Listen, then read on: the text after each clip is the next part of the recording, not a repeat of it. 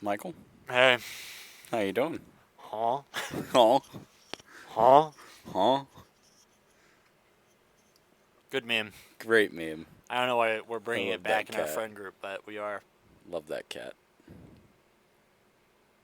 Anyway, hi Michael. You have a good week? Yeah, my week is it's picking up. It's Yeah. picking up. Last week of classes for us before Yeah, exam week. yeah, true. So exciting for us there. Means we'll start have to think about how we're gonna do the summer. Yeah, that's the problem for future Michael. Yeah. I'll call him up. Check in with him. Yeah, I check in with my past and future self every now and again. It's a safe thing. So if I checked in with my future self, and then I'm now checking in with my past self, was that me as my future self Checking in with your checking past in with self. my present self, but it's in the past, and Yeah. he's checking in with me as I'm checking in with him. Yeah, 'cause time's relative. Okay. What did we watch, Jared? We watched the great old movie Dead Poet Society. You okay there? Yeah, I'm burping a little bit. Ah, I'm just trying to be very quiet about it. conscientious. Yeah, great, Yeah. great movie. It's a great movie. Um, Yeah. spoilers ahead. Spoilers ahead for Great Dead Poet Society. My goodness, why did I almost say Great Poet Society? Because I said great movie and Oh. it was in your head. Probably. Yeah, I'd assume so. Yeah, spoilers. Robin Williams in it, so go watch it. Yeah, If you haven't seen it, I highly recommend. As someone who's never seen Dead Poet Society before this, it's worth all the hype. So it really is. it is, yeah. So I'd suggest going and watching it. Speaking of hype, let's rate them. All right, you go first. Let's do that. So we do 4 ratings here. If you haven't listened, overall, we'll do first, and then we do characters, plot, and cinematography. So we'll start with overall. Oh, 9.8 out of 10. I'll give it a 9.8 out of 10. We'll do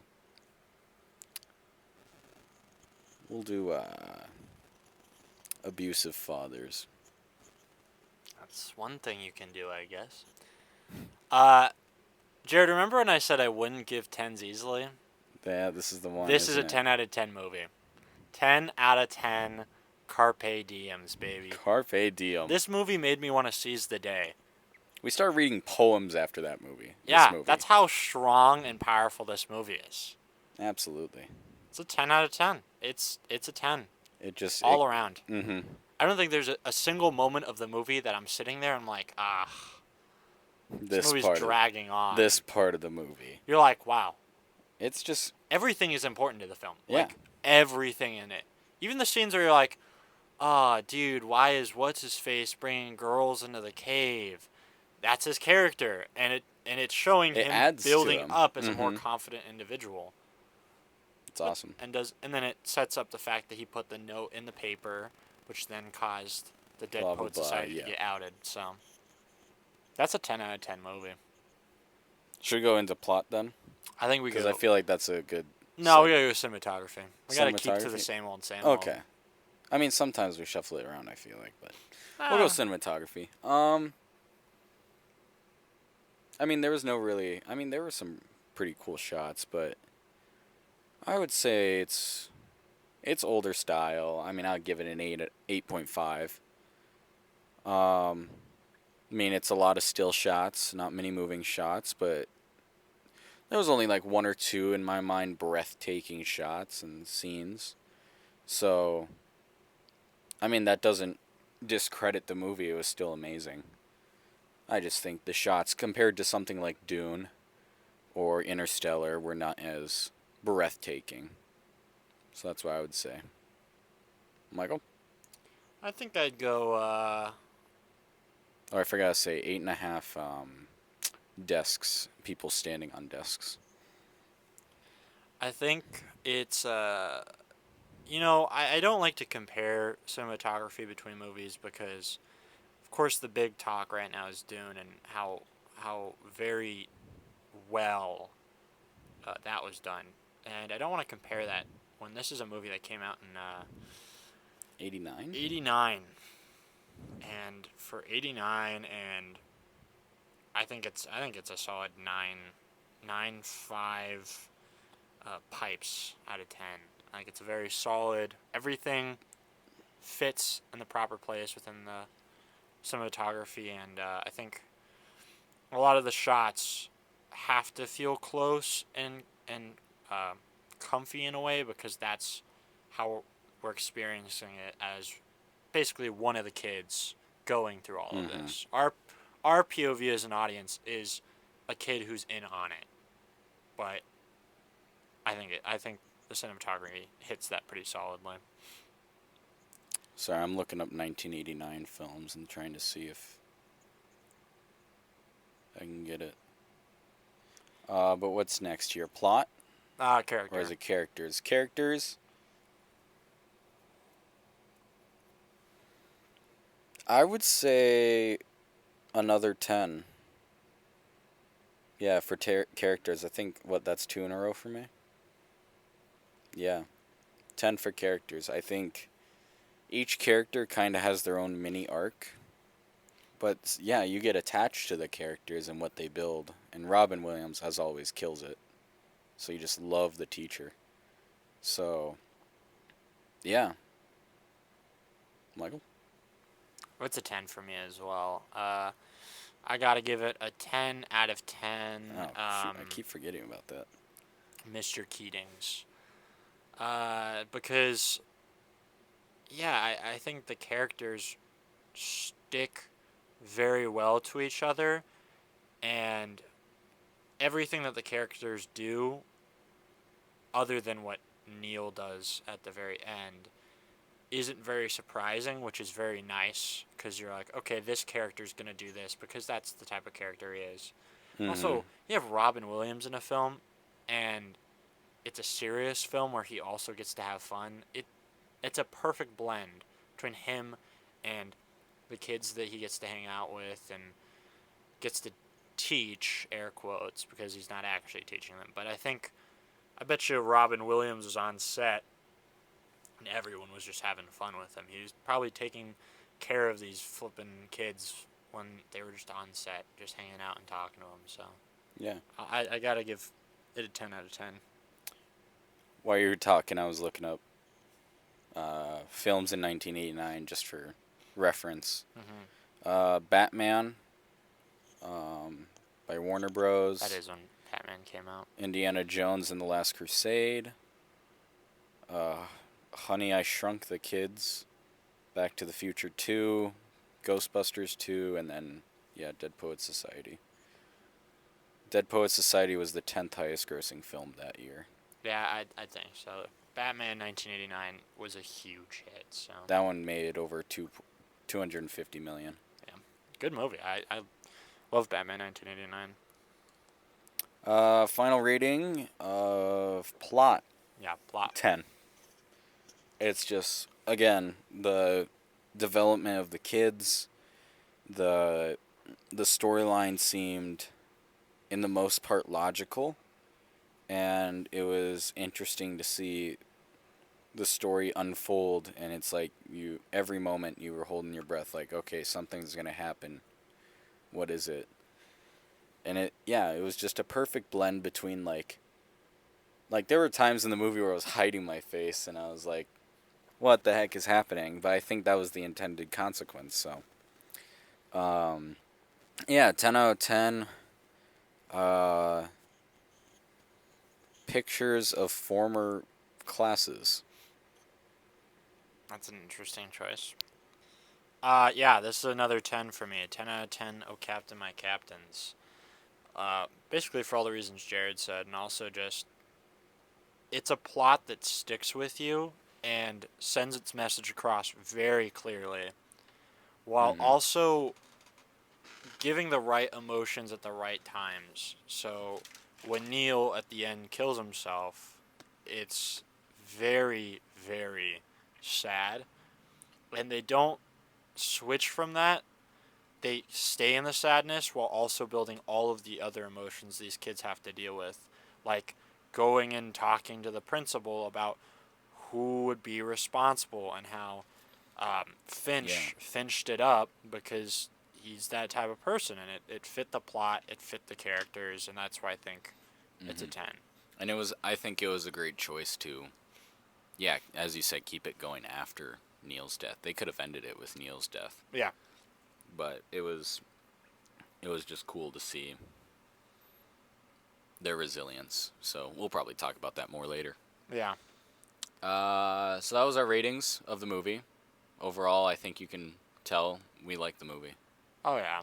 Like, it's one of the best movies I've ever watched. So we'll do plot synopsis next for those of you that may have watched it a long time ago or just don't remember.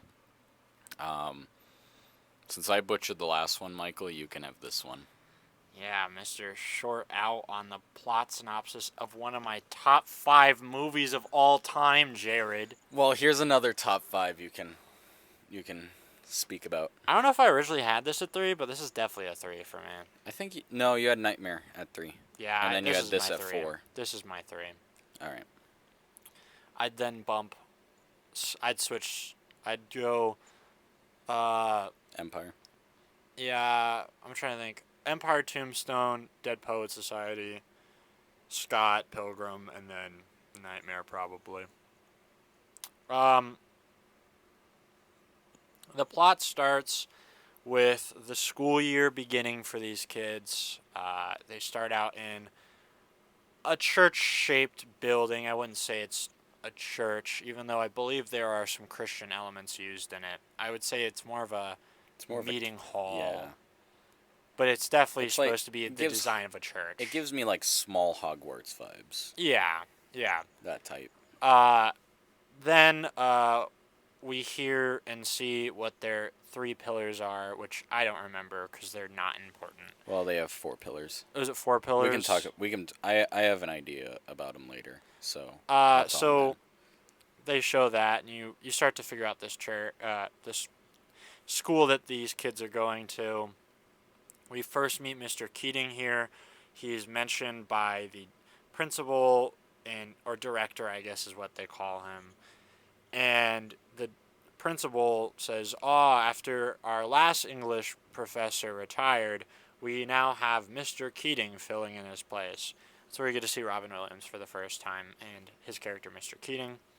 Then everyone's leaving, and you get to see Neil's first interaction with his father, and it's a little tense.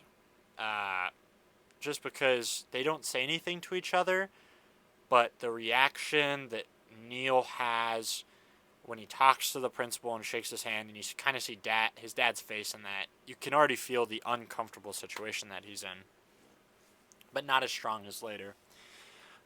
Then we have them going to their rooms on this campus. We also, before that, saw a scene of some kids crying about, I don't want to leave you, because it's a school out in the countryside, so you have to leave your parents and stay at this place. We then meet the main group of characters. I could not name you half of them. I know Neil, I know Mr. Anderson, and I know Finch, and Pitts, of course. And they're talking about studying with one character who starts with M. I cannot remember his name right now, but he's like the nerd of the group. Oh. And he takes care of the group. He's we also have Knox. We have Charlie Dalton, who was the guy who got expelled at the end. Yeah. And Meeks, that's who it was. Meeks. And Anderson's first name is Todd. That's what it is. Todd, Neil, Knox, Dalton, Cameron, Meeks, and Pitts is like our main group. With Finch. I don't see Finch in here, but I think it might be Cameron. I think they just call him Finch. So we meet them in the core group. Then the dad comes in and starts talking, and forces Neil to leave one of his extracurriculars. And Neil starts talking back to him. They walk out of the room. He starts yelling at Neil for talking back to him. We start to feel this uncomfortable connection that these two have. Then it cuts to classes. We get to see what their class structure is like. Very structured, very formal. You do this, you do this, you do this. You sit in your chairs, you don't speak. You don't really do much. Then we cut to Mr. Keating's classroom where he starts off, comes out whistling, then he walks out the door, tells them to follow him. Then when he goes and talks to about all these old pictures and how they all live their lives, but now they're whispering carpe diem, seize the day, and that's kind of his whole point, is just seize the day. Don't be a free thinker. Don't let people always tell you what to think, and don't normally tell people to tell you what to think. Then we cut to, oh wow, I think it's them studying in the study room. No, because they don't know about Oh wait, no, they are in the study. Yeah. They're in study hall or whatever. And then Not they study get hall, they study. tell him to leave, and someone's trying to make a radio. I forget. I think it was Meeks and someone else. Yeah. There's a lot of in between scenes. The next scene I think is Mr. Keating's classroom again, and him talking about poetry and telling them to rip out the introduction page because he doesn't like the guy who did the introduction to this book that they have to read, and talks about how poetry is more than structure, it's feeling, it's emotion. And then we have more scenes of, wow, I really cannot think of this movie right now. Well, I can't really either. Well, I think after that they find his yearbook. Oh yeah, they found his yearbook, and it says Dead Poets Society in it, and they go ask Mr. Keating about it, and he says, we were a group of free thinkers where we read poetry, and we Went made out our to a own cave. poetry, and we went to the Indian cave, and all this stuff. And then they're like, we've got to do this Dead Poets Society thing, huh?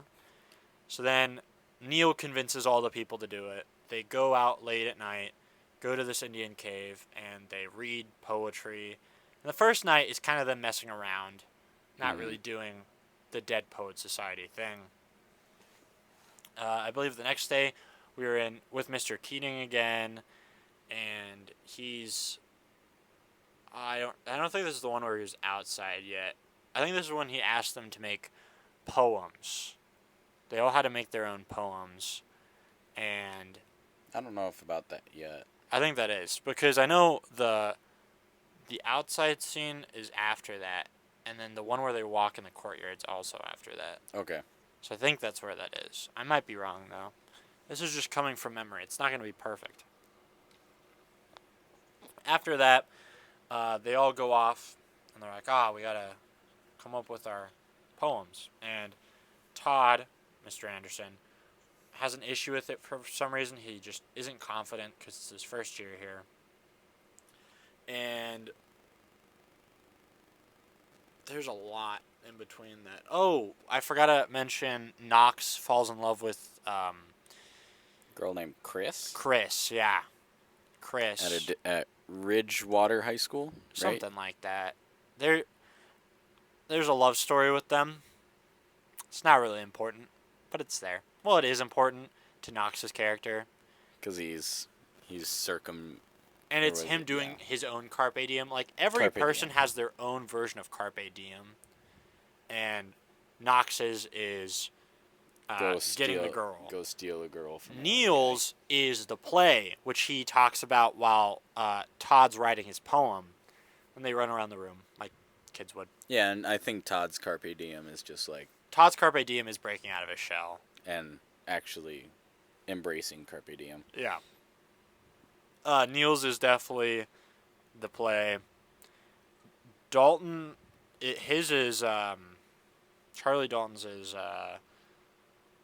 leaving the school, I think. I think that's his carpe diem. Because Yeah, it's not his place. He just wants to do whatever. Meeks doesn't have a carpe diem because he's a nerd. His carpe diem is not doing nerdy things. Is not being a nerd. But which by the end he does that when he stands on the desk. Where was I? I don't know. I'm going to skip around a lot. We're at Todd Anderson's poem now, I think. Yeah, I talked about that. Did you? Yeah, no, I talked about that. During the poem, though? Like how... Oh, no, not the poem scene yet. The poem scene, Knox goes up, talks about his love poem. And then Todd didn't come up with one, so Mr. Keating starts he gets him up and starts to talk to him about, who is that guy? What do you, describe him. Give me more. And then he closes his eyes and tells him to say words. And then he comes up with something really good. And you're like, dang, Todd is good. Then they have another Dead Poet Society meeting.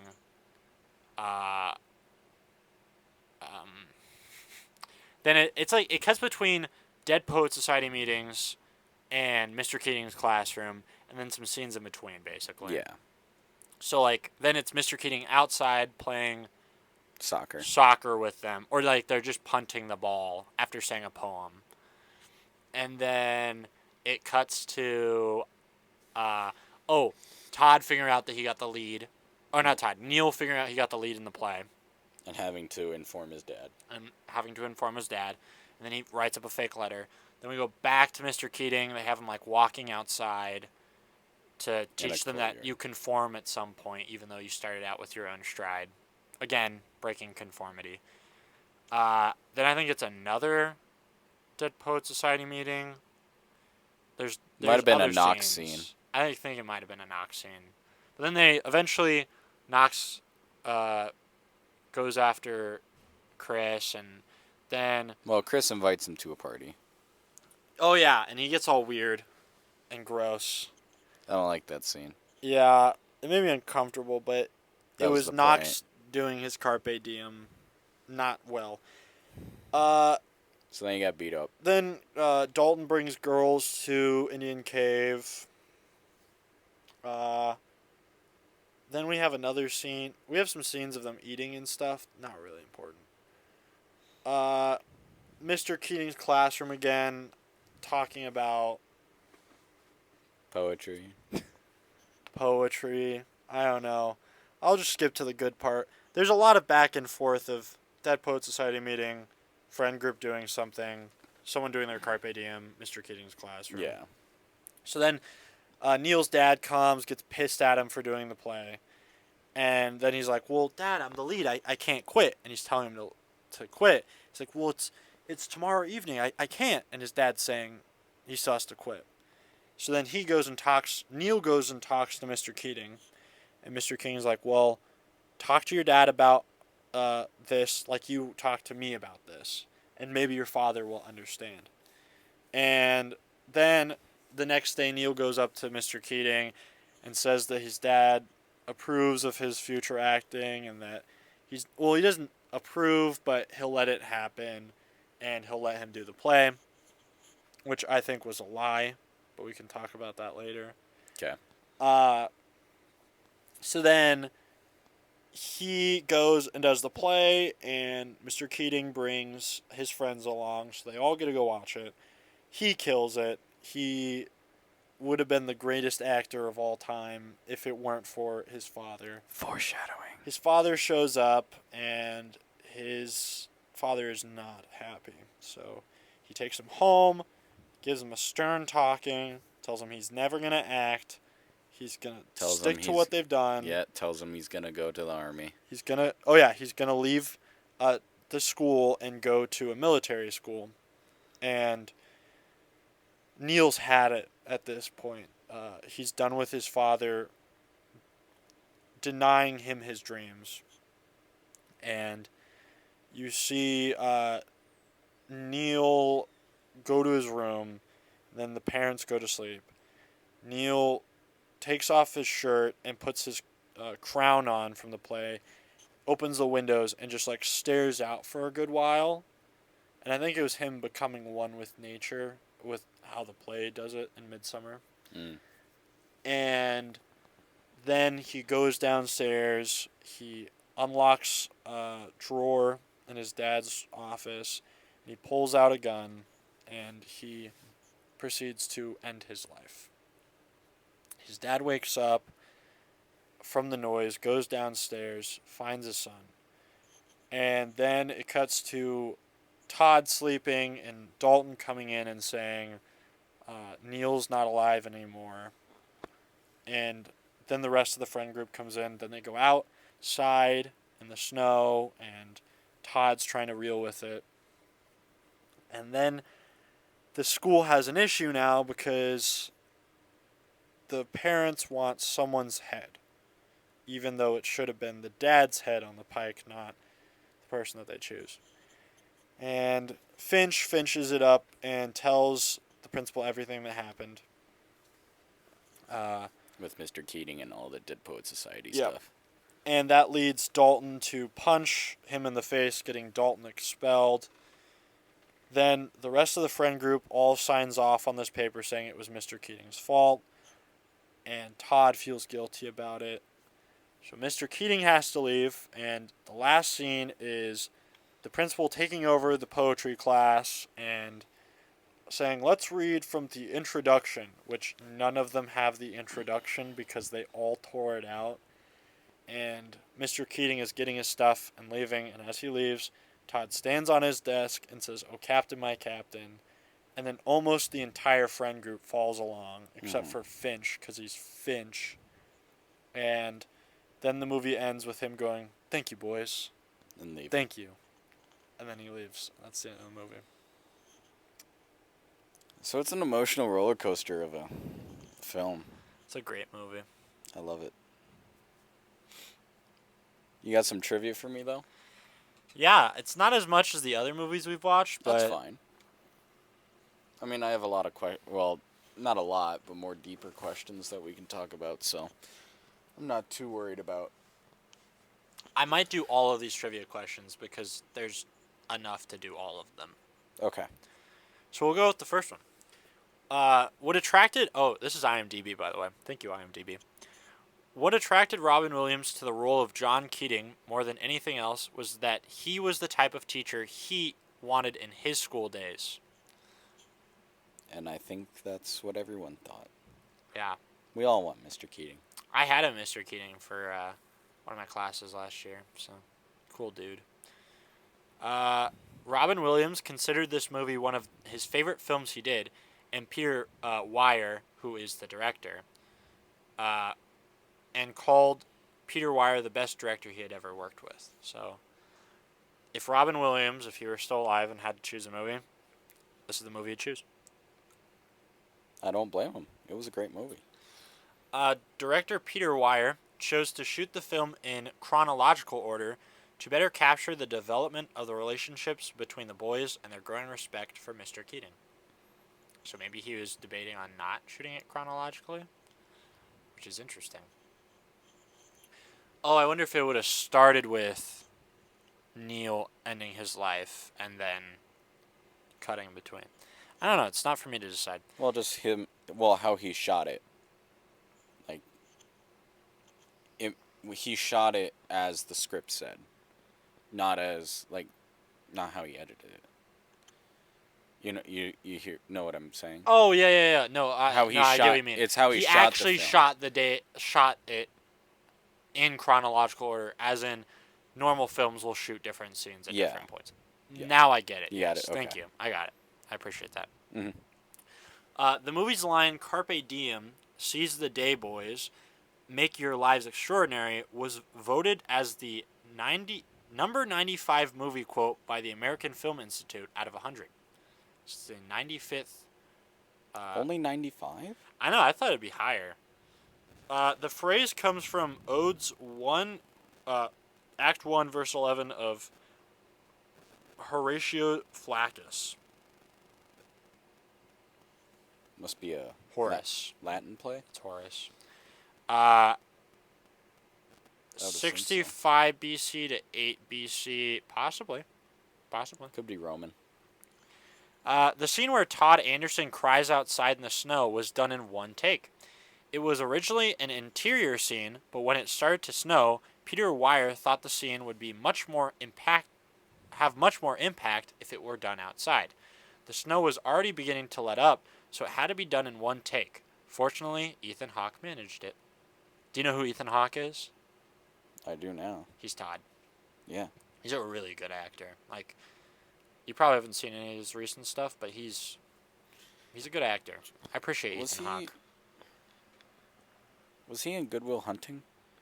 Or is that a different guy? You're thinking Matthew... Matt Damon. Matt Damon, that's who you're thinking of. They look similar, a little bit. Their younger selves, yeah, they definitely look very similar. This is where we get into the spoiler of the... Of the trivia? Of the trivia. In the very last scene, Richard Cameron was supposed to stand on his desk as well. That's Finch. But Dylan Cussman vetoed the idea because he did not think it was in character. He was surprised when director Peter Weir agreed. So Dylan Cussman is the guy who played Finch. Played Finch, yeah. And he said Finch wouldn't stand on the desk. And Peter Weir went, "You right?" Respect to the actor for... Originally, John Keating was supposed to die of leukemia, but director Peter Weir decided to have the story focus on the boys instead. I think that's smart because the movie was more about the boys and like their bond. Yeah. With each other, and so by not putting that much focus on Keating until like the very end, I think was smart.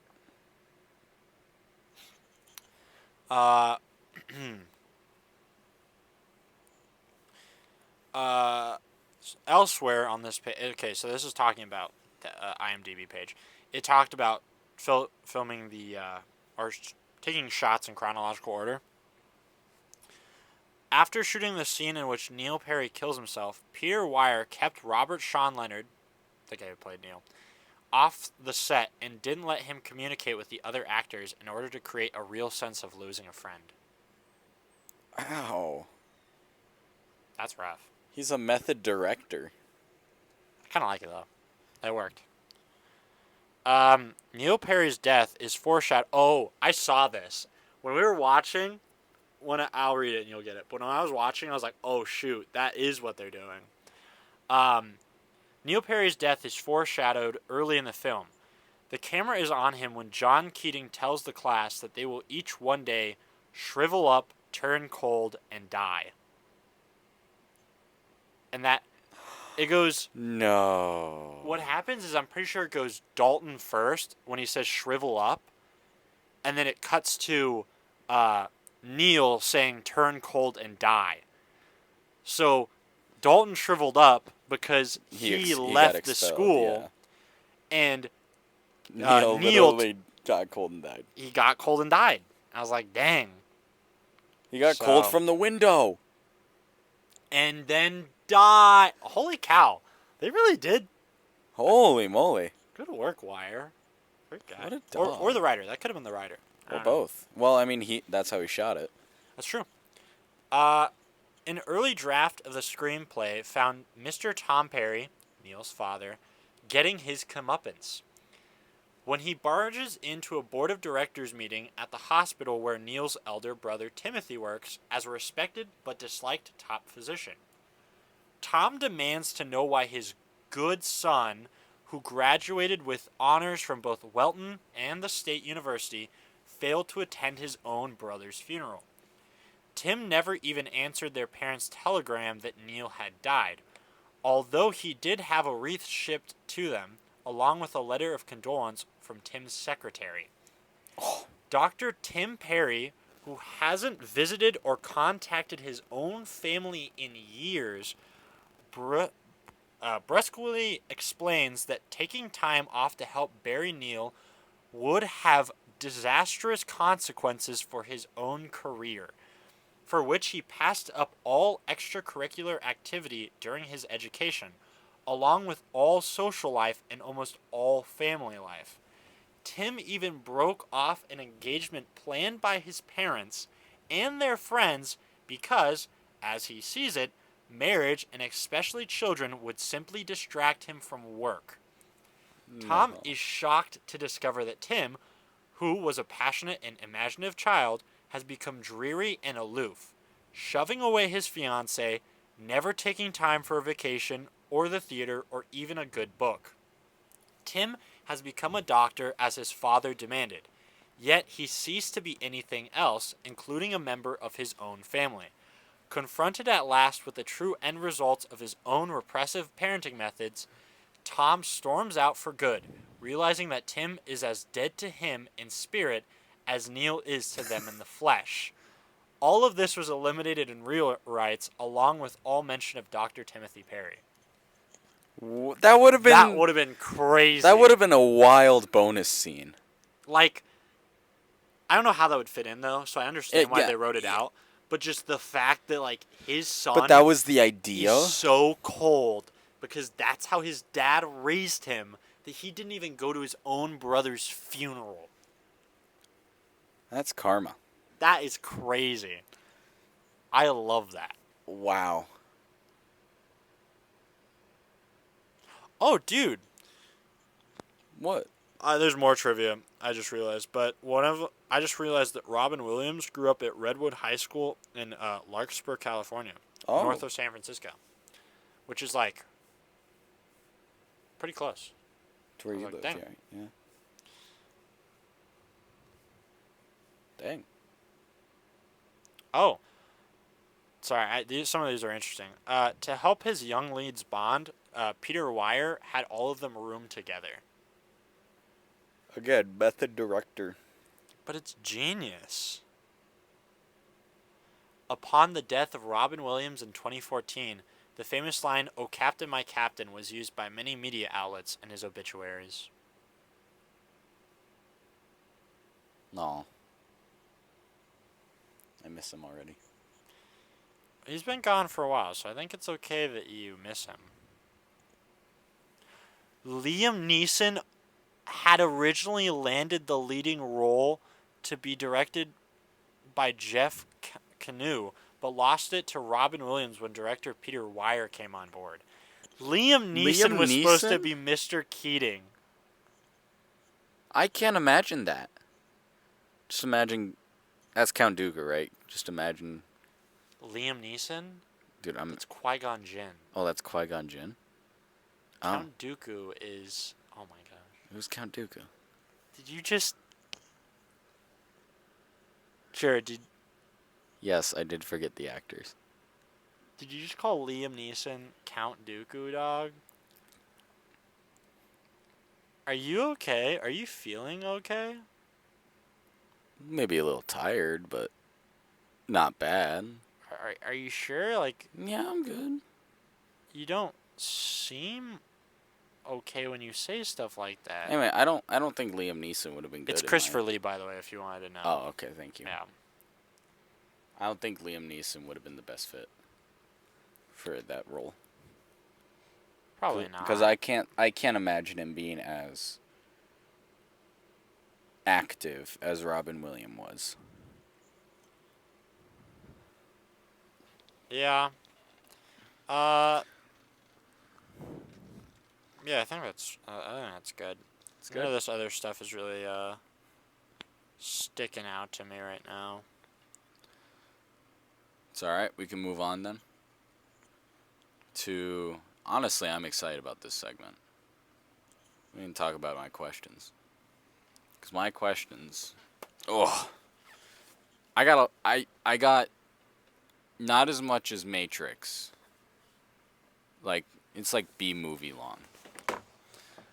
But it's like... But the questions could lead to more questions. There's a lot more that could lead to more questions and lead to more talking. Which is why I won't be surprised if this is our longest episode. We'll start as always with favorite character. Mr. Keating. Yeah, Keating. Keating, I love Neil, Keating. Todd. All three of them combined. But just Keating. Robin Williams kills Keating. I can't imagine anyone else doing him. Especially Liam Neeson of all people. I mean, Holy cow. Oh my gosh. That would be... Interesting. That would be. I have a special set of skills. That's from a different movie, but Next question. Then talking about Keating and Robin Williams, what in our opinion is Robin Williams' greatest film? I haven't watched any of them other than Dead Poets it's Society. Dead Poet Society. I would like to. I have Rotten Tomatoes up, and they've ranked based on their reviews on Robin Williams films. They're wrong. Number 1, they have Good Will Hunting. They're wrong. Number 2, they have Aladdin. They're wrong. Hamlet, Insomnia, Good Morning Vietnam, World's Greatest Dad. Where's Dead Poet Society? 7. Wrong. It's got an 84% Rotten Tomato score. I told you, Robin Williams himself said this was the best movie he had ever done. Yeah. Yeah, after that, there wasn't really... I didn't know he's in Happy Feet. Yeah. I don't remember who he voices, but yeah, he's in Happy Feet. I haven't watched that movie in a while. I need to do that. I'm trying to find where Mrs. Doubtfire is 17, by the way. Yeah, this list is horrible. Yeah. So, he was in Robots, too. And a live-action Popeye. Yeah, he voiced the red robot in Robots. I can't remember his name right now, but that's who he voiced. Have you seen Robots? A long time ago, and I can't remember it. Yeah. Ewan McGregor voices Rodney Copperbottom, and main Robin guy. Williams voices, I don't remember The sidekick. it, but he's the red robot. That's all I remember. Red Robot. Who gets a dress at one point, or a skirt, sorry. Cute. I remember Robots very distinctly for some reason. Upgrades, people, upgrades. Moving on, next question. You didn't say it. You didn't say it. Do you think this is Robin Williams' greatest movie of all time? Oh, yeah. Okay. Well, it's the only one I've seen, but I want to watch Good Will Hunting before I make, like, a definitive yes. This is a definitive yes, Jared. Okay. Even after you watch Good Will Hunting. I still want to. I eventually will. You will. Moving on. So you talked about at the beginning there was the 4 banners. Uh-huh. So the 4 banners said tradition, honor, discipline, and excellence. And I think that's what's the significance of those 4 themes to the film. And I think I'll give my opinion first. I think it shows the strictness of the school, and the philosophy of the school, in that they have these 4 core values, and if you break off from any of them, you're a failure to society. And so that's what I think. Any comments? I think it's just one of those classic Catholic school things where you gotta have your banners, or your things that your school sticks to, like Yeah, and every school truth has them. and honor. And I think it's just supposed to. I think it's pounding in that idea of these kids are pounded and forced with this idea every day, which is them being told what to think. Where Yeah. Mr. Keating is telling them, think for yourselves. And I think it's significant that they showed it in the first scene of the film. Yeah. Because I think it established, look what these kids have to think about all the time, and this is what they're being taught. Yeah. And so, yeah. And then I just had a comment on here saying that this school kind of gives me Harvard vibes. And now, I'm not saying Harvard's a terrible school, but in my opinions, the people coming out of Harvard's are not, like, my favorite people. I'd say I agree with you on the Harvard vibe. That's also because they're trying to make it feel like Harvard. And they talk expect about them it's to like go a to Harvard. Yeah, it's like a Harvard prep almost. It's like a preparatory school for Harvard. But Harvard would definitely blame one of their professors before a student. before a student. Like, Yeah, and I mean, I have a story about Harvard students. Do you want to hear it? Sure. It was a story my brother told me, how just as a joke, he said he probably wouldn't have gotten in, but I think he applied to Harvard. Just heck, why not? Be cool to say you got into Harvard but didn't go to it. And he said he had an in-person interview with some of them. And he was talking about how, even just in the interview, the people were just some of the most stuck-up people he's ever met. They were like, oh yes, Harvard's the greatest school ever. You know, if you come to Harvard, you're better than everyone else automatically. And so, if you go to Harvard and you're a nice person, okay, fine. But, like, just my perception at school, and I think that's what people are looking at now, is like it's becoming more of a stuck-up society within that school. So, Yeah. Yeah. Interesting story. Thank you. Yeah. Shout out to my bro. Shout out to Michael. next. Yeah. Was that Michael? It was Michael. Good name. I Good agree. name. Um, Even though some people ruin the name, but that's with everybody. we talked about right after we watched the movie. We would talk about this. Let's talk about parenting. We talked about it during B movie. Do you want to put parenting here, or do you want to put it later? Do you want to do it later? Do you have any other topics that would make me talk for a while? Yeah, Okay, we can do it maybe. now. Neil's father's the worst father in Okay. all of movie history. I've seen fathers who have beaten their children in movies. I've seen fathers who have left their children out to die in movies. And Neil's father tops them all. Neil's father is a very hardline guy, and I think now listening to that trivia scene that you described with Tim, I think it shows my perception of what the father wanted. Like, he wanted success, and I don't want to stereotype, but it kind of gave me like Chinese parent or East Asia parent vibes, in that it's, I want my, like, if you're not good at schooling and career, you're nothing to me. So yeah, and I guess I had another, like, a side question with that, like, what's the line between a good parent and a controlling parent? And just a reminder, we are both single men. Did you just say both single men? Sorry. There's only one single man. There is Both no parents in this room. Unmarried There's men. no parents in this room. I am. You are not single, Jared. I am dating. I may not be but- single for long. We'll see. But Well, at least I'll be single over we're the not summer, but we're not parents.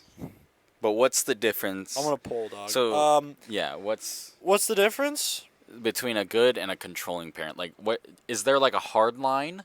There's a hard line. What do you think is the hard line? A good parent listens to a kid and what they want, which this is coming back to the B movie, which is really funny. A good parent listens to their kid and hears what they want to do and supports them in that, unless it's something like drug running.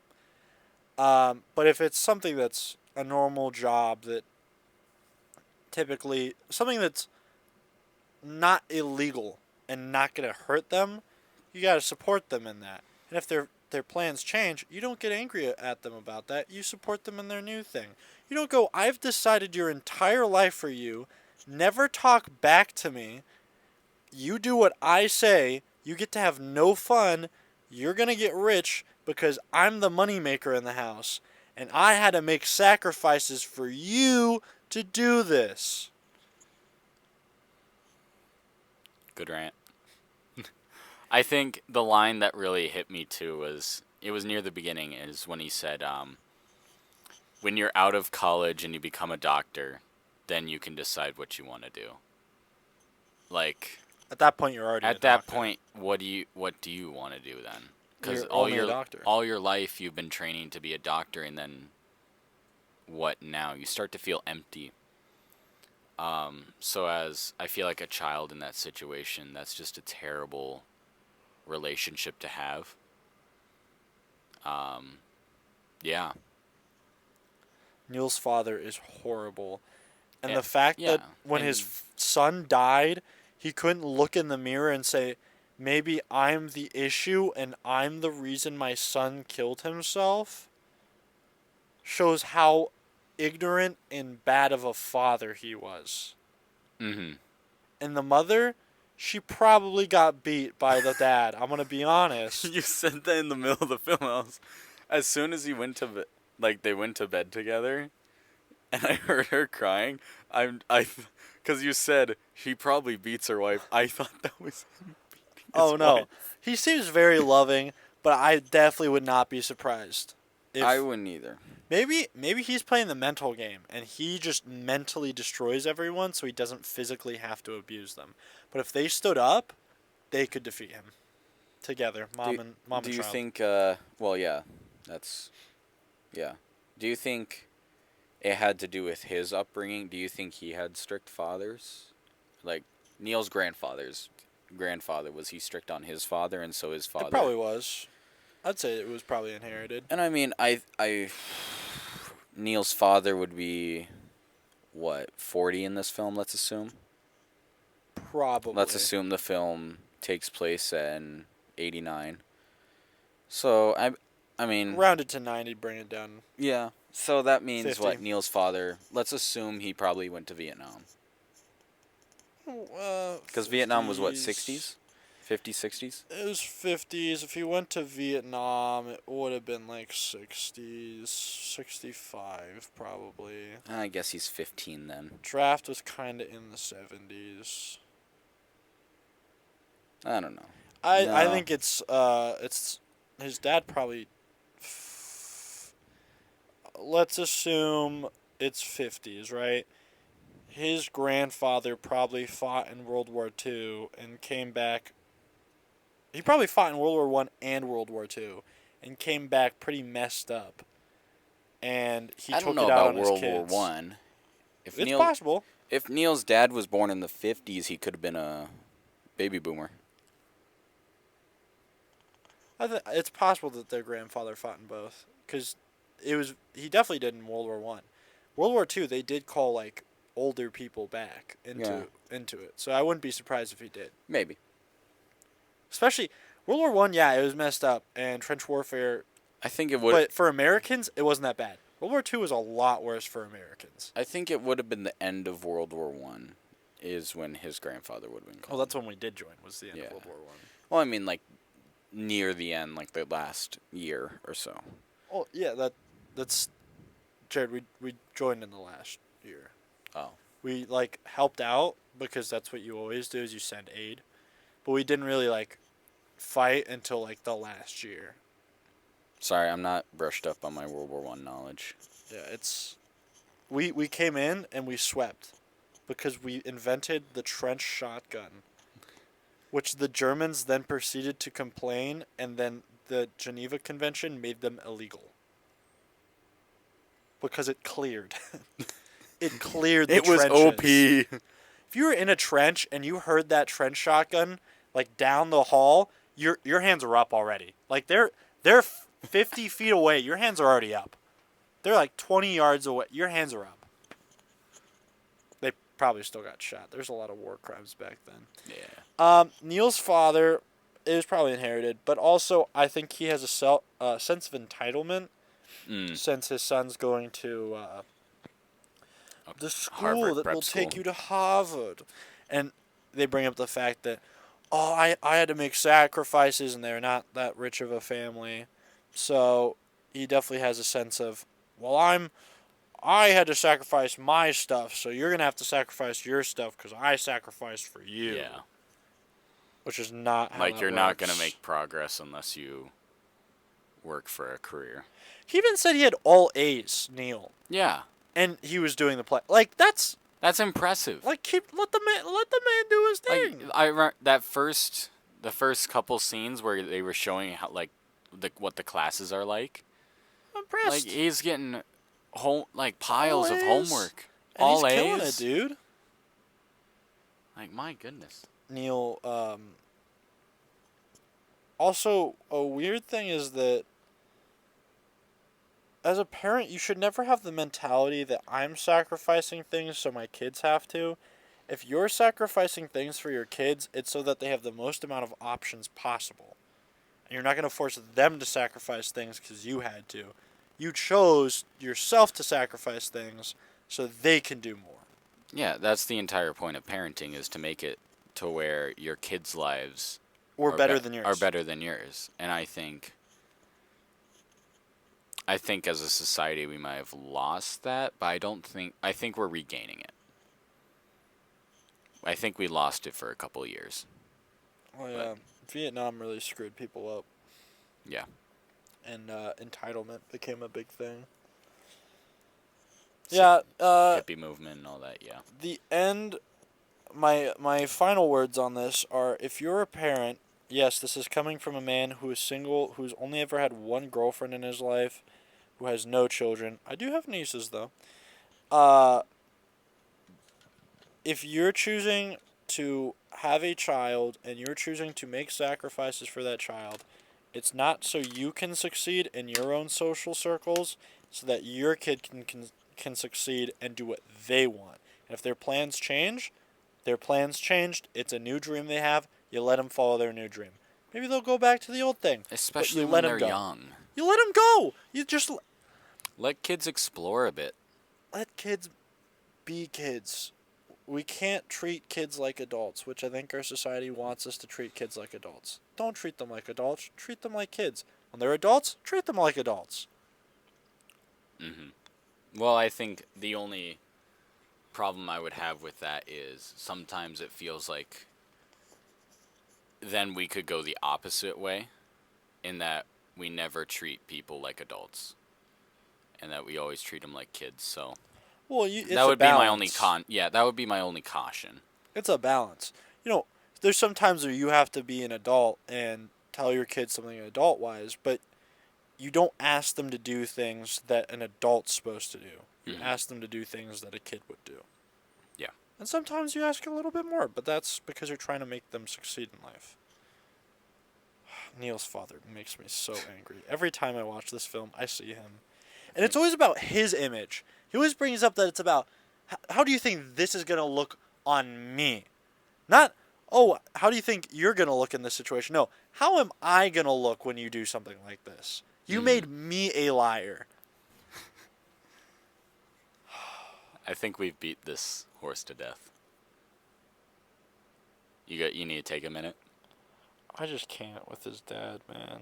You want to talk about birds? They work for the bourgeoisie. It's a meme. You probably don't know it. No. There's a joke where the birds work for the bourgeoisie, and the birds are fake, and that the government has Owns them. spy birds that are everywhere. Well, I understand that meme.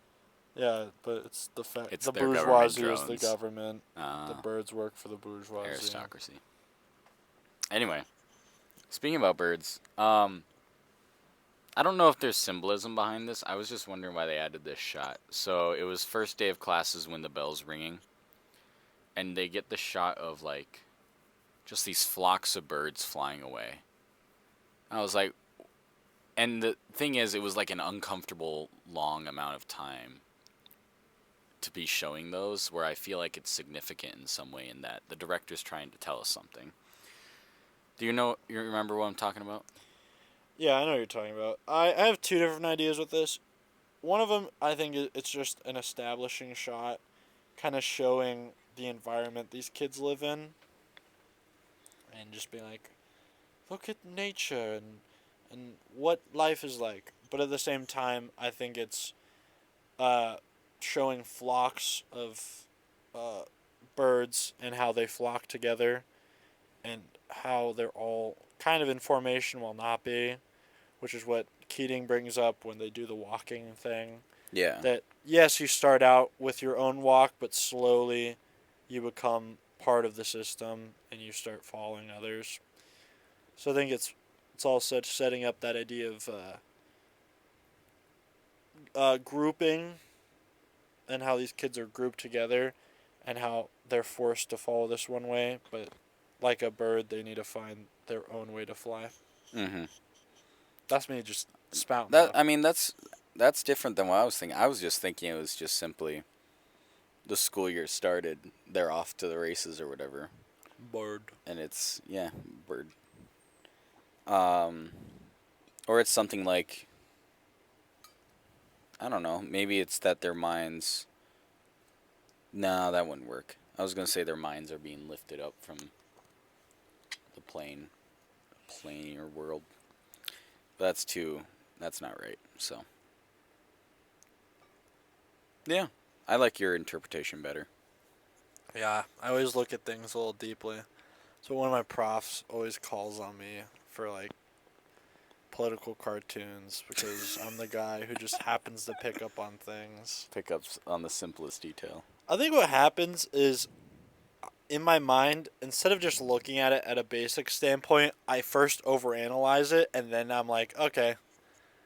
Then I go to the basic. Yeah. And I think I also like overanalyzing stuff because it gets a ball rolling where people can add to it or subtract from it. And I think that's why I overanalyze a lot. I like it. That's why I ask you these questions. That's why I assume. Next question. Yeah. Carpe diem means seize the day. Seize the day, boys. Do we live in a society that does not seize the day? Oh, 100%. 100%. Expound. Well, you just look around. Nowadays, it's, oh, you've spent most of your life in a school system. You got your high school diploma.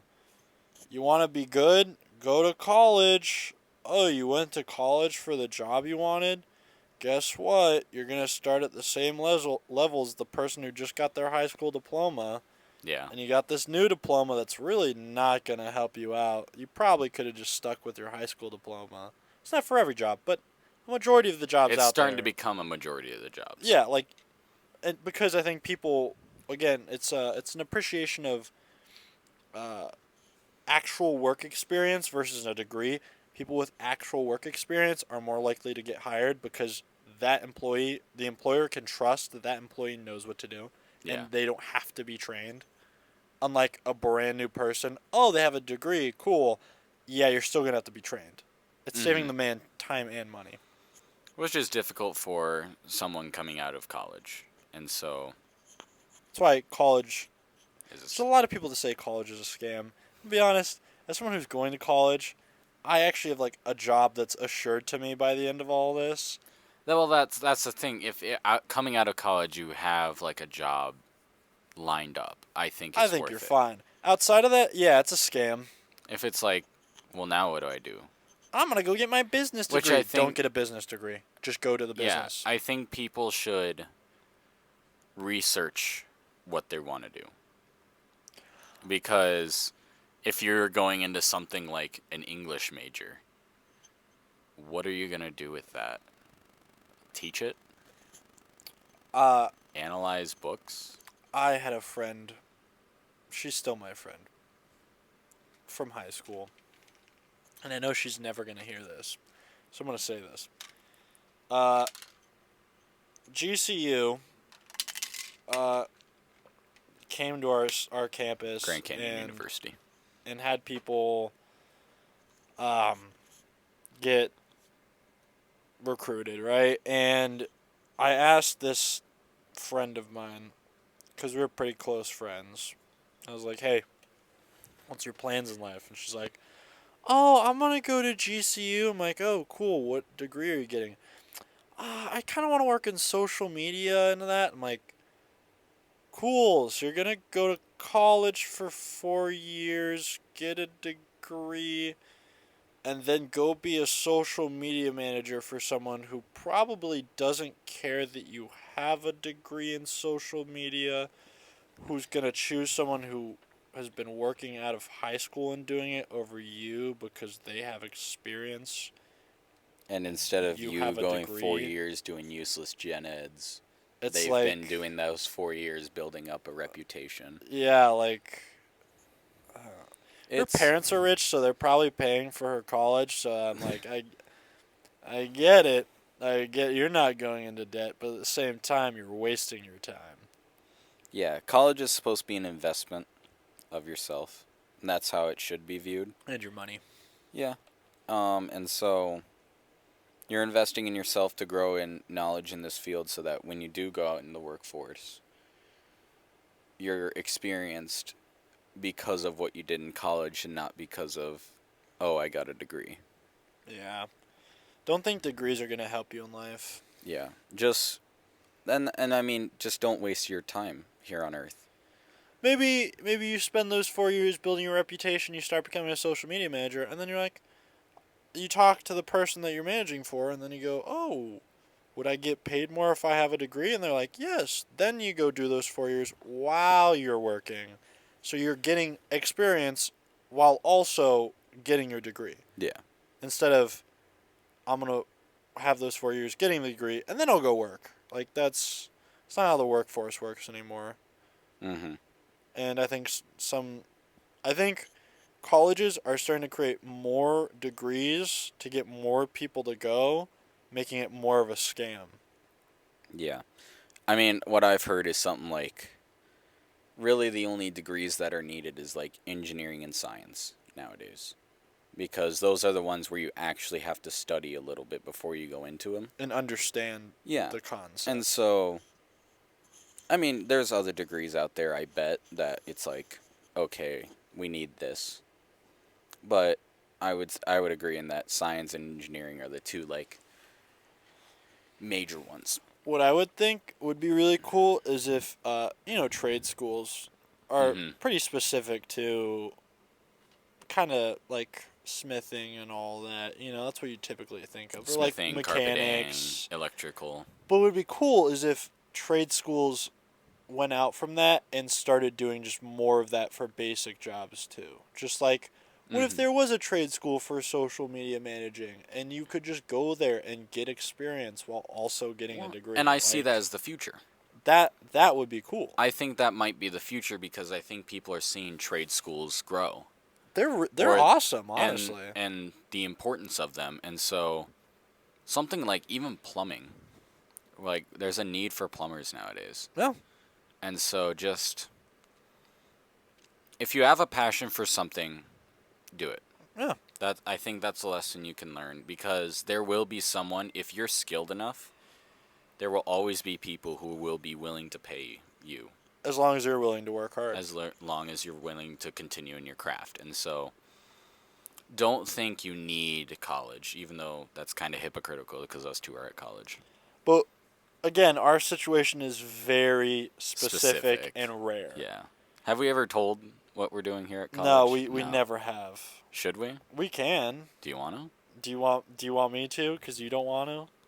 I mean, I'm willing. I just need to know if you're gonna back me up on that. Oh, I'll back you up. Okay. I'll back you up anytime. Well, we're at college. We're starting to become Lutheran pastors, and so we have 8 years. Yeah, we have 4 years here at college, and then 4 years at a seminary, and so basically 8 years of schooling, and then we have a guaranteed job coming out.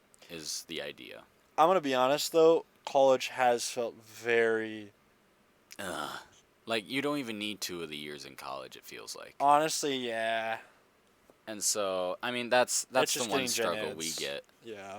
Is that we have so many gen eds that it's like, it's difficult for us, so. Yeah, but colleges are definitely, some of them are definitely necessary scams. And scams, yeah. There's necessary ones, and I think there's ones that are scams, and so. I think that the ones, if you want to go to college first, go do the job that you want to do, talk to your employer about it, and then ask them if you're going to get paid more with a degree or without, work for them, and get your degree at the same time if you're going to get paid more. If it's not going to get you any further in life, don't get the degree. Or find someone who's experienced in that market and say, hey, do I have a greater chance of getting hired with a degree or without a degree? Or does it matter? And they'll probably, most of the time, they're going to be like, just go, and they'll hire you. Yeah. You got a high school diploma, that's enough for some people. And I think there's a lot of unskilled labor that is needed I know I worked at FedEx one summer and just I didn't really need any skills. It's just it was hard work, but there was so much. We were way understaffed half the time. So Yeah.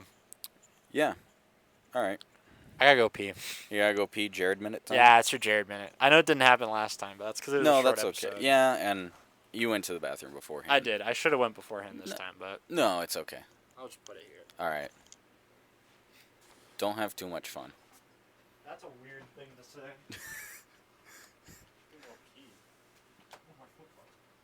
Bye, Michael. Welcome back to the Jared Minute. I don't know what to talk about usually in these Jared Minutes. I guess I can talk about my Letterboxd review. So, I do Letterboxd after I watch a movie. This time I did a little bit late. Right before we started the episode, I did my Letterboxd. I gave it a 5 stars. And I think it was... I put on my liked, just because it was amazing. This was my first Robin Williams film. And so I think this was a great starter. Because, as Michael and I have been saying, it's probably his best film. And so it was awesome to see what type of roles or what type of twist he has on that character and how he brings that character to life. So, Keating's is my favorite character. I think each actor with the boys killed it. I will say my second favorite character is Todd Anderson. I see high school me in there. Kind of. It either between him or Neil. I would say more Neil, just because I wanted to do stuff. And my father is nothing like Neil's father. Love my dad. But yeah, I saw Neil in me, just because he was a hard worker, but he wanted to do more. Okay, that was an entrance. I won't describe it. I need to fix my hair after this. Why do you need to fix your hair? It looks great. Because I put water on it, Jared. It's gonna fall down. All right. And I'll tell you after why I need to fix my hair. Okay. What were you saying? I don't know. It's not Oh no, I'll yeah, listen to it was the later. Jared Minute. oh, I haven't listened to our last episode because I've been very busy. Yeah, we've been busy. Next question. Next question. Holy cow, this is a lot of deep questions. Has society lost the beauty of the human race and artistry? Because in the middle of it, when he had him like huddle up, I can't remember the line, but he was talking about how, all these get knowledge and all these jobs of doctoring and all that are necessary, but the reason we live is because of art. So we've seen a high number of mental illnesses, that we've seen a high number of suicides recently. And so I'm pointing to that and saying, is this one of the reasons why we're having those, is that we're losing the beauty of artistry and the beauty of the human life? Well, yeah. It's really that we're straying further from God, but that's a whole different topic. Yeah. But we're losing our humanity in a really weird way. And it all starts with... No, I'm just kidding. I think it's we're losing the beauty, but I think we're also just losing our humanity as a society. Where we're starting to, instead of just having human life be just top of the food chain, right? Like, Yeah. we are going to put humans first above everything else. We've slowly started humans lower and lower on the totem pole, to where we're just like, we've stopped being as human as we once were. Mm-hmm. And now it's like,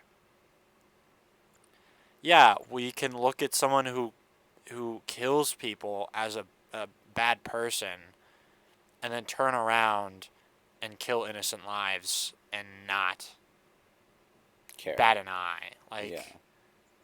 It's like I'll choose what's right and wrong rather than instead of just a general, there's a baseline. this is like, human lives are first, always. Like, And we talked about this at like B movie in that.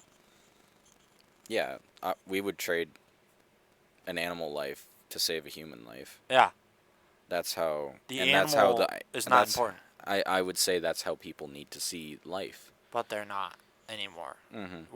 We're starting to put animals above humans, Yeah. which shouldn't be a thing.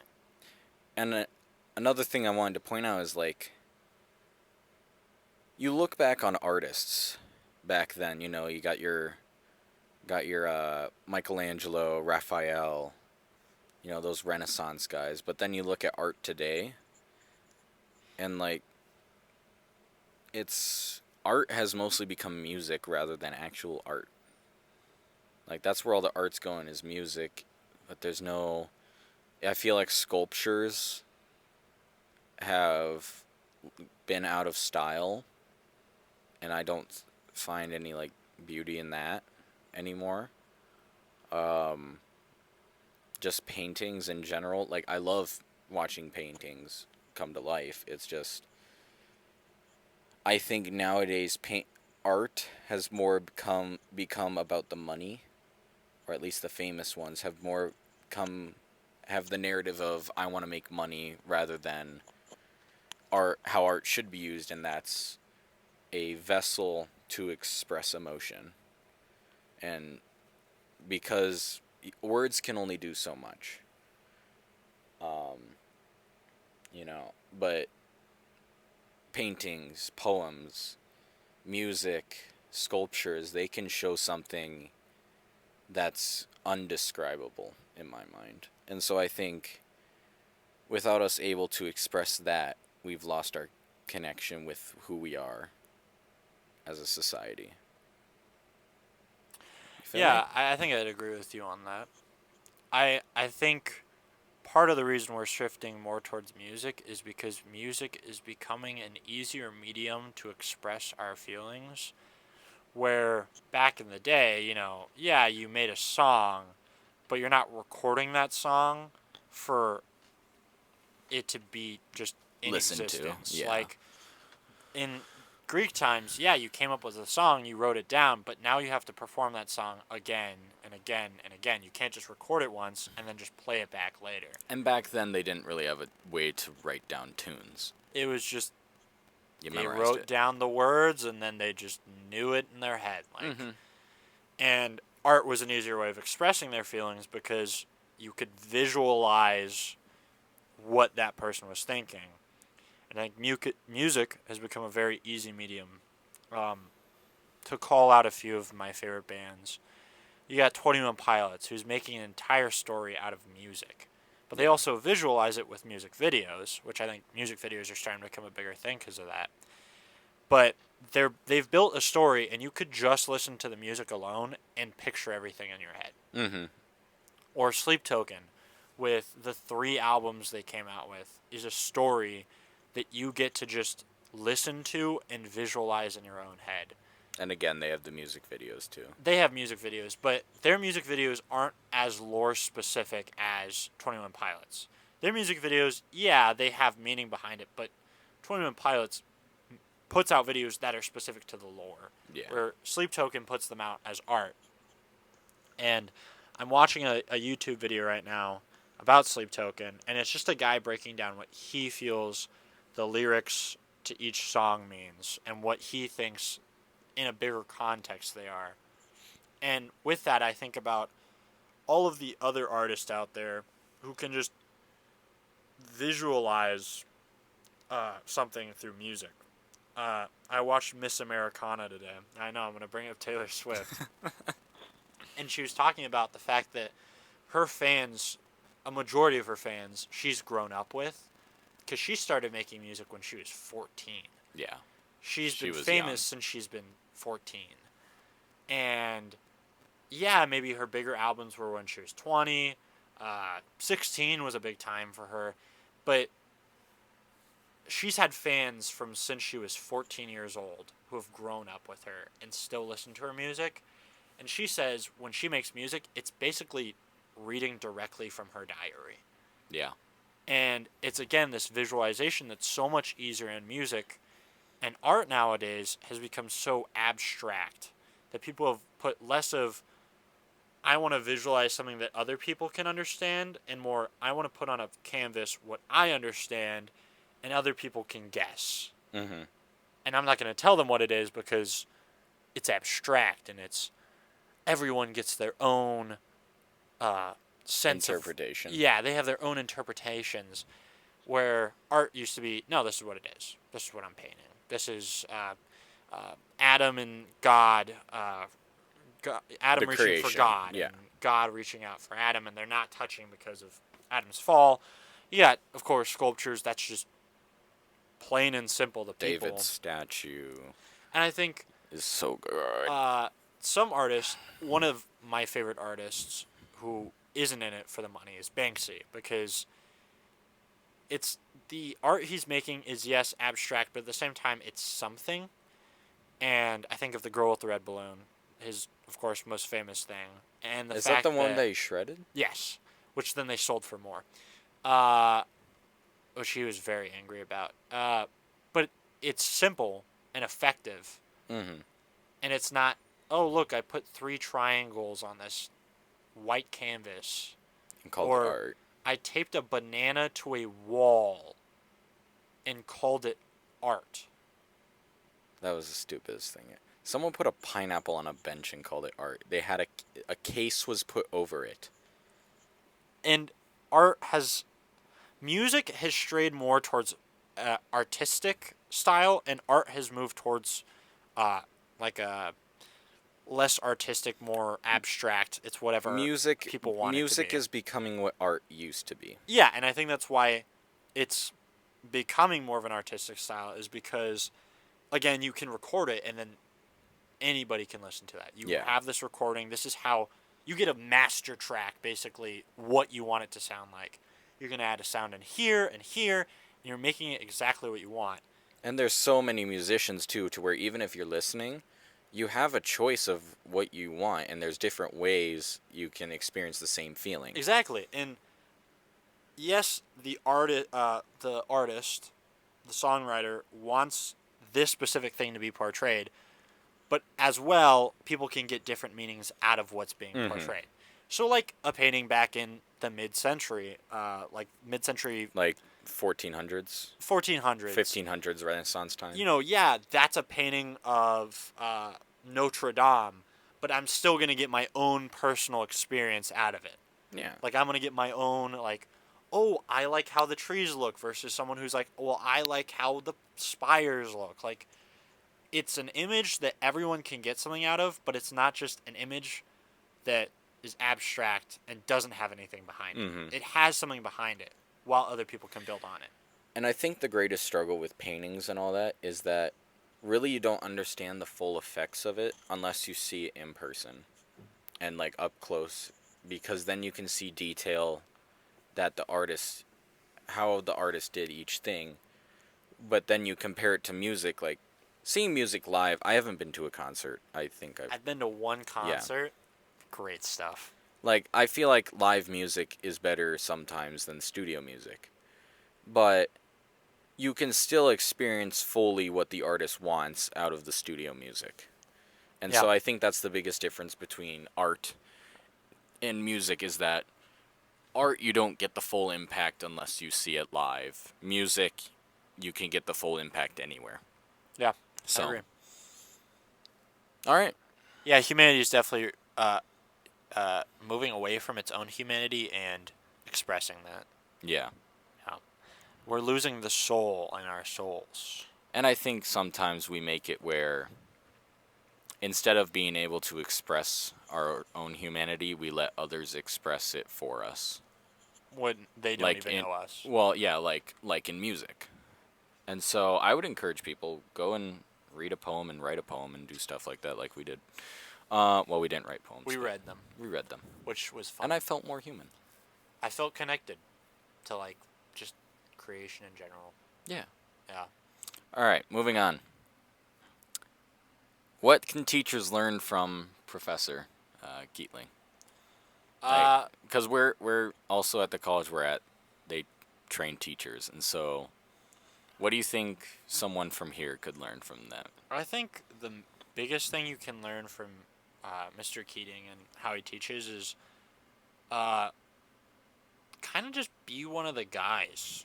I know that's a weird way to put it, but if you treat the kids you're teaching the way you would want to be treated, you're gonna get a lot. You're gonna get along with them. If you Mm-hmm.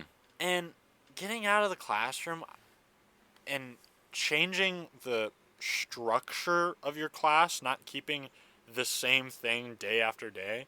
Maybe you have a day where you sit down and you read. They had a day where they sat down and they read. But Mr. Keating still made it interesting. And then the next day, they could expect something new. You want to break up the pattern. If you just stay the same thing, your kids are going to get bored, and then they're going to stop listening to you. And Well, it's you become not learn predictable, anything. yeah, and the Yeah. classes It's like, oh, it's another day where we have to sit here and listen to him talk. listen to him talk about blah, blah, blah. It's another day if we look at his slides and write down notes. Like, go And- to take yeah. kids to museums. Do more field trips. I just thought about this. Do you think Keating had such a impact on that one professor? There was that professor at the beginning when all the kids were tearing out the pages. He walked into the room and he was like, "What's going on here?" And they saw Keating, and he was like, "Oh, professor, I didn't know you were here." That professor, later in the film, had a couple of his kids reading Latin while walking outside. Do you think Keating had like a small impact on that professor? 100%. I think, I mean, obviously it wasn't like as big as what Keating does. well, I think you saw that Keating was friends with him. There's some shots where they were Mhm. drinking tea together, talking, laughing, eating dinner together. And uh, I think that teacher saw the effect Keating had on his students and how they started to become. I bet you they started becoming more effective in their other classes. I know we never see that, Yeah. but I'm gonna assume once Well, it's because you they like started to have fun. because they started to think on their own. They weren't being forced to be told and think. And I think they became more effective. We just never saw that. And I think the teacher saw the kids becoming more effective and went, Mr. Keating's got something. I'm not going to do exactly what he does, but I'll implement some of his ideas to Mhm. better improve my teaching. Yeah. And I think I agree with you in that teachers need to break it up. Now, obviously, I think some schools have limitations, like, and some kids, some classes don't.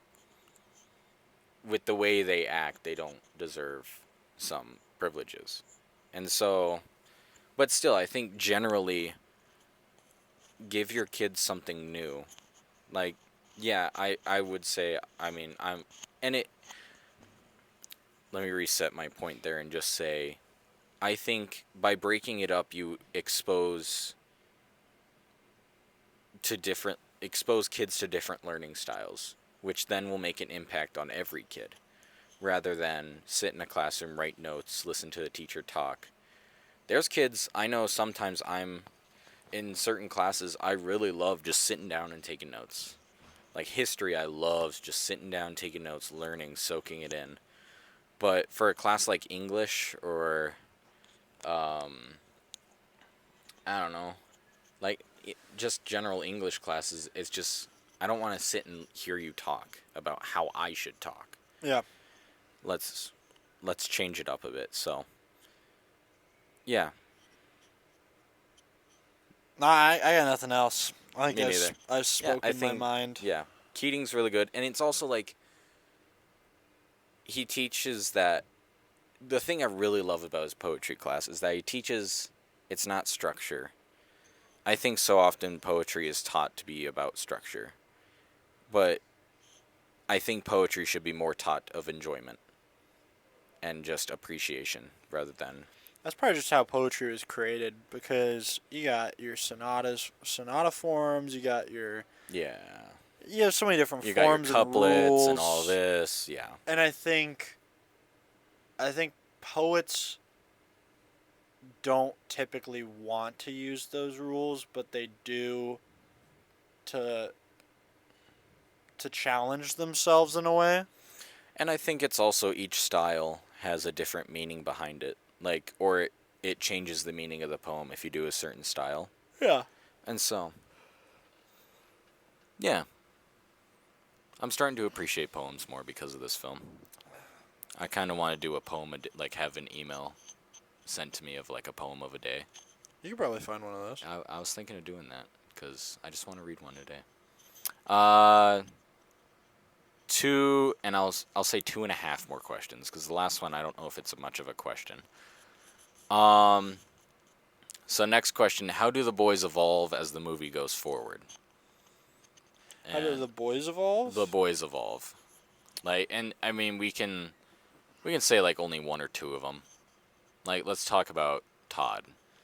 Todd, well, it's a simple one. He grew out of his shell. Mm-hmm. He went from the guy who, oh yeah, I'll go along, to, oh yeah, I'm gonna stand on a desk and fight for this guy who taught me carpe diem, to seize the day, seize the moment. Yeah, and he's even just within the friend group he evolved. He became more comfortable, it felt like. And it felt like someone like Neil had a huge impact on him. Oh yeah. In that it taught him, because again, his older brother, he's looking up to his older brother. Yeah. It taught him, why are you looking up to him when you should be looking at yourself? So then I guess we could say, how did Neil evolve? I think. Let's put the ending point at after his performance. Because I think that's when his evolution kind of died. I don't know if it ended. I think what happened What would you is say? Neil's thing. I don't think it was much of an evolution, more of a he started to become more confident, because he always wanted to do plays, he says. And this carpe diem, he's like, well, I'm gonna do it. I'm gonna do it. I'm gonna go try out, and I'll see the consequences after I've done it. And he does it, and it's more of a cycle for him. And I feel like he's probably done this in the past. But what changed is Mr. Keating as a variable. And after the play, and Mr. Keating was talking to him, he goes, you are meant to be an actor. I've never been so emotionally moved. And you've got to keep on with this. And I think it was like the catalyst to just finally, to him being done with his father. yeah. Not saying Mr. King's the reason he killed himself. That's his father. Yeah. But his father made him feel like there's no way out. And I don't think Keating expected Neil to do that. Oh no, not at all. I think Mr. Keating didn't expect Neil to back down and instead bottle it up. Yeah. And so I think that was actually one of the biggest reasons why he killed himself, is because just he bottled it all up instead of confronting his father like Mr. Keating wanted him to. Because if he did that, I think it would have had a way different result at the end. I think. Well, there's a scene where instead of Neil offing himself, he would have. I thought it was going to be more likely he runs away. Well, I think again, it's the fact that Neil felt there was no way out. Even if he ran away, he could never go back to the school he went to. He couldn't be with the friends that he had. He couldn't be in Mr. Keating's class. And he wanted to prove a point to his father.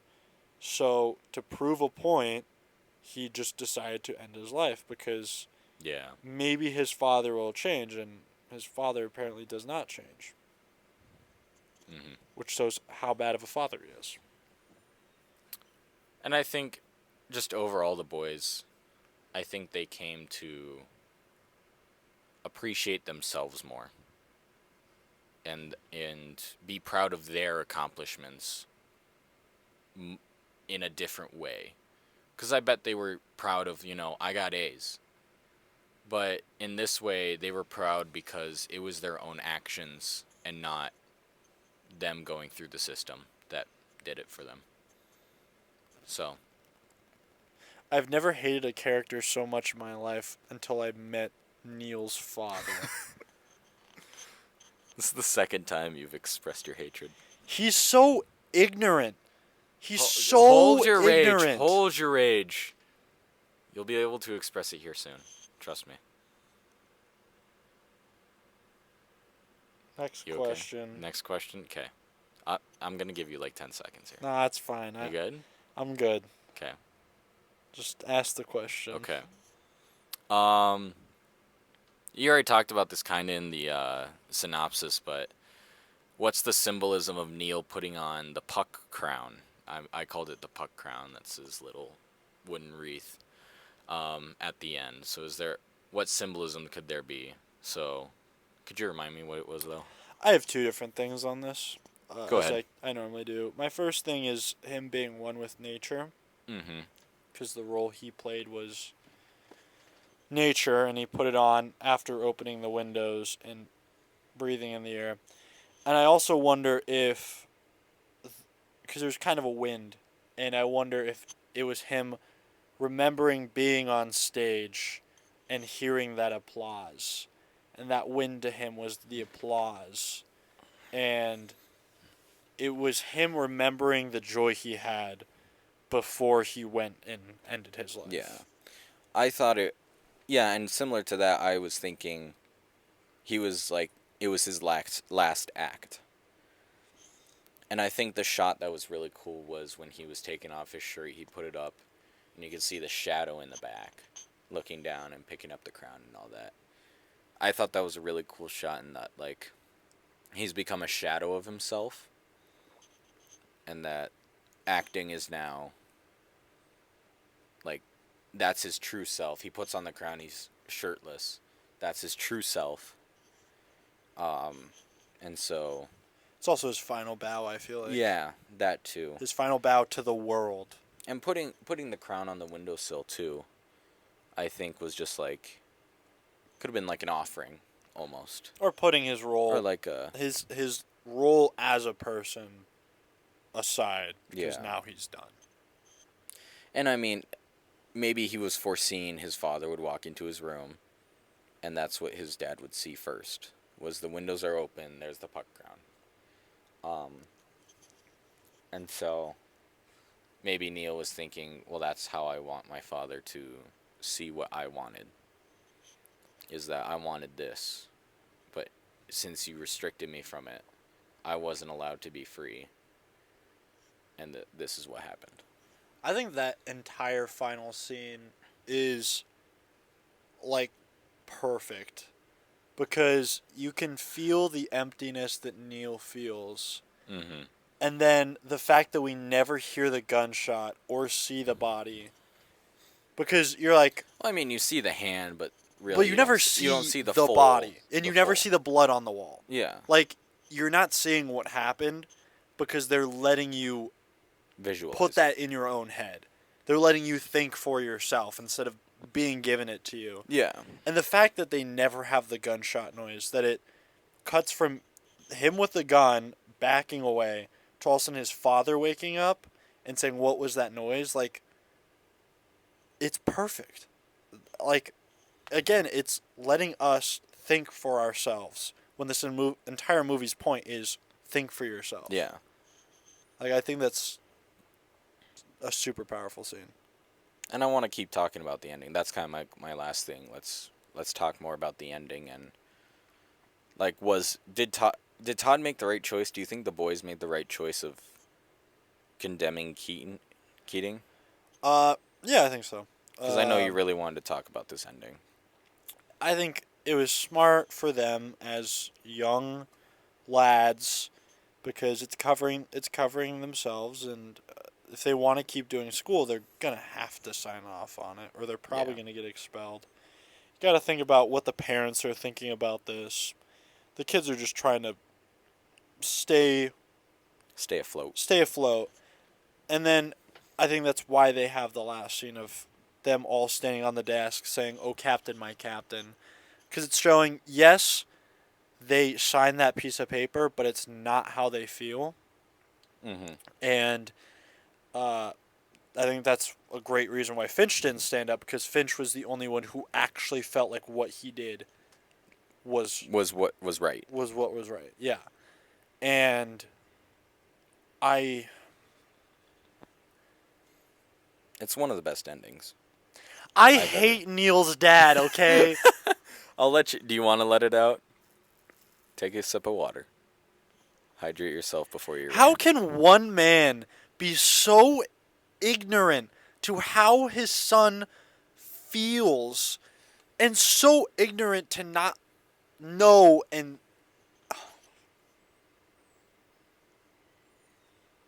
this is actually getting me riled up. I can't handle this man. Time and time again, his son his son merely asks him. It's just like, can I at least do it till tomorrow night, and then I'll be done with it? No. No, you have to have it my way, because it's my image that's on.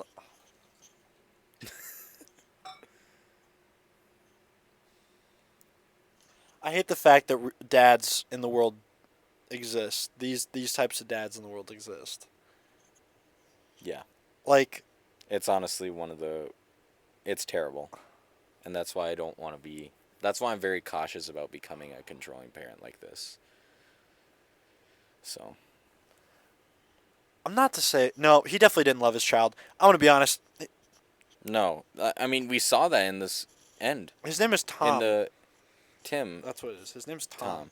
Tim is the son. I know, but Tim, like that bonus scene. He didn't care. He didn't just care. left.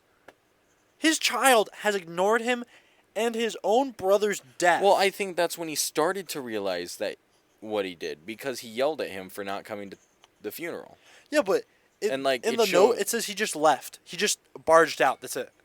Okay, yeah, because he was pissed that his son was like that. Yeah, but he's not gonna point the finger back at himself. Eventually, he will, in my mind. No, I don't think he ever did.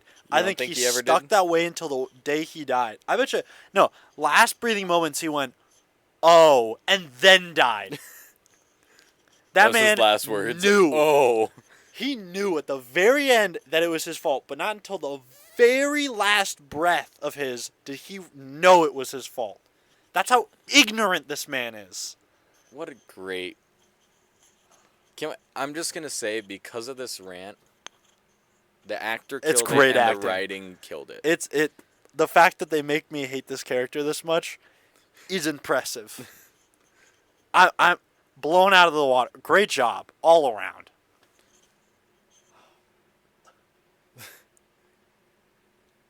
I think. So going back to the kids not signing off, I think that's actually a lesson learned from them.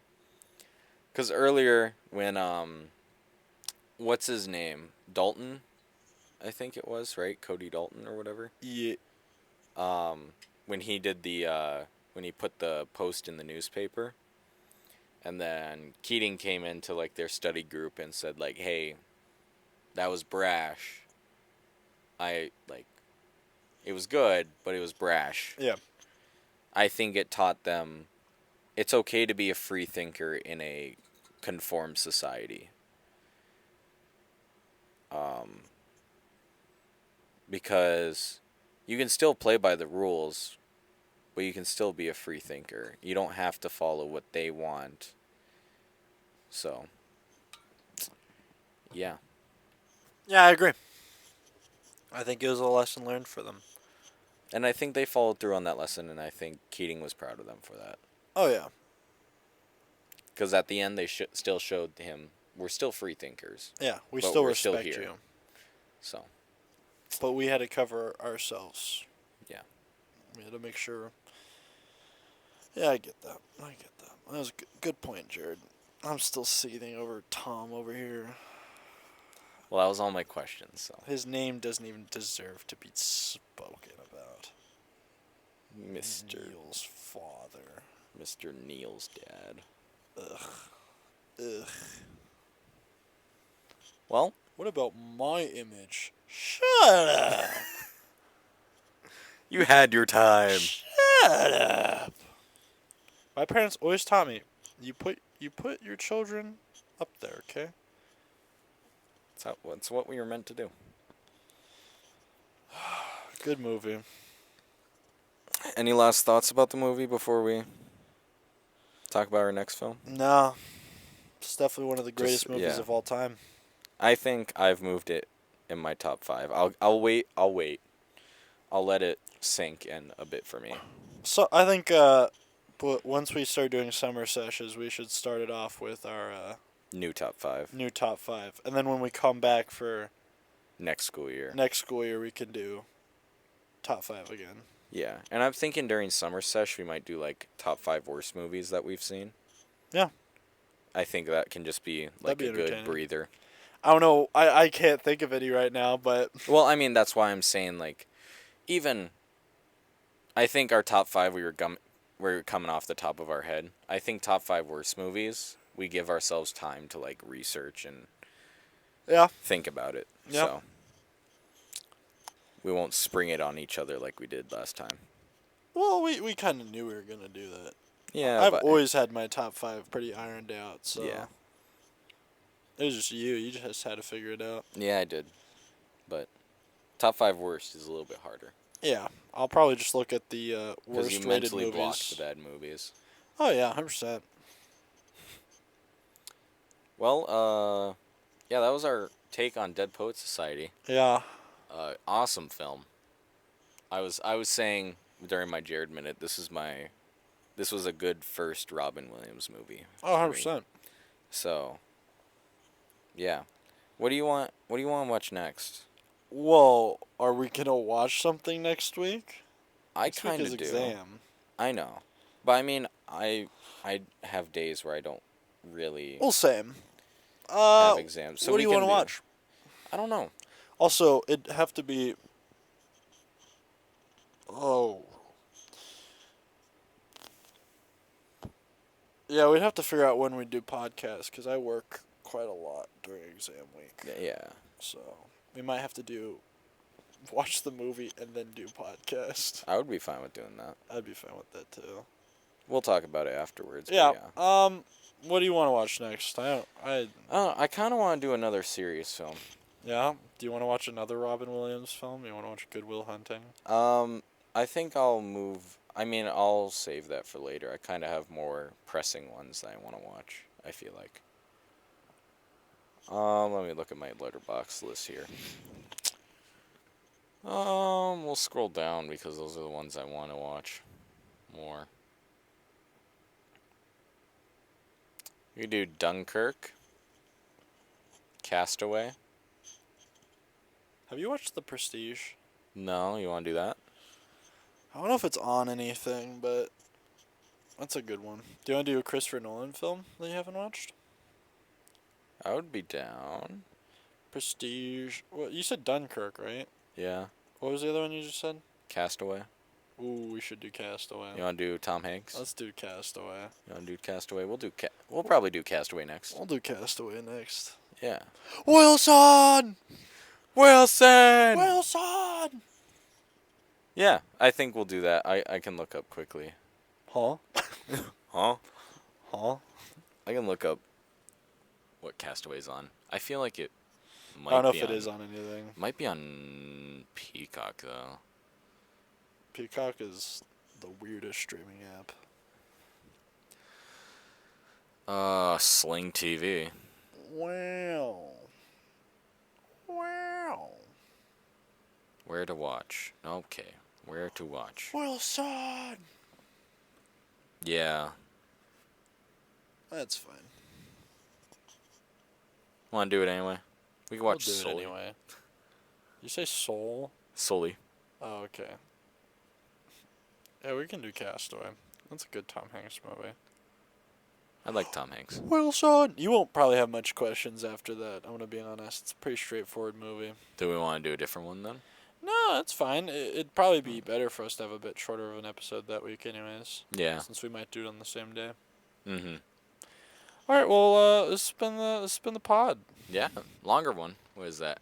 Hour 50? That's our longest so far. Holy cow. It's because Wow. I went If off you've for a while listened there. if you listen through this entire thing, I appreciate you. Here's a little Easter egg for you. Huh? Huh? Huh?